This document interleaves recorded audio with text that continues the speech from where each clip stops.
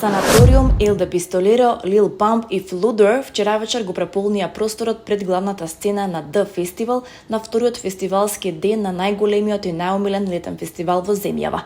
Забавата на главната сцена започна со Pitch Wise, кои со нивните хард рок, панк, метал, рок-н-рол, джез рифови ја освоја публиката и најавија одлична забава која траеше до утринските часови.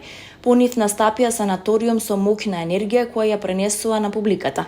Ел да Пистолеро настапи на главната сцена во придружба со DJ Гоце и Рунинг и со уште еден епски рап концерт на The Festival.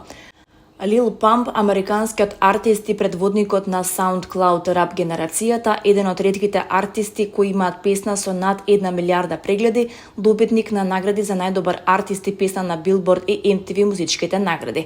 Како последен настапи DJ Fluder, еден од највлијателните диџеи на македонската клубска сцена. За жал настапот на Hot Since 82 беше откажан.